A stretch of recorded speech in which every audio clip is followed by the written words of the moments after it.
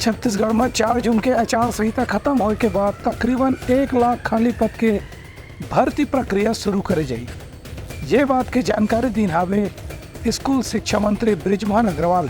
प्रदेश के स्कूल शिक्षा मंत्री बृजमोहन अग्रवाल पत्रकार से चर्चा करत ही हूँ।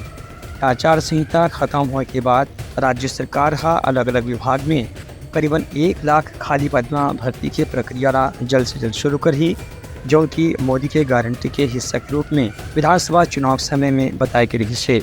अपन बयान में बृजमोहन अग्रवाल कही कि हर विभाग में कतका पद खाली है और जानकारी इकट्ठा करे जाते और आचार संहिता समाप्त होने के बाद उनमें भर्ती की प्रक्रिया वैधानिक रूप से शुरू करे जाही, जिससे से अधिक युवा मंडला सरकारी नौकरी के लाभ मिल सके। देखिए, भारतीय जनता पार्टी की सरकार ने कहा है कि हम 1 लाख से ज़्यादा सरकारी कर्मचारियों की भर्तियाँ करेंगे और उसमें 33,000 शिक्षकों की भर्तियों का भी हमने अनुमति के वित्त विभाग को भेजा हुआ है और जैसे ही अनुमति मिलती है तो भर्तियों की प्रक्रिया शुरू हो जाएगी।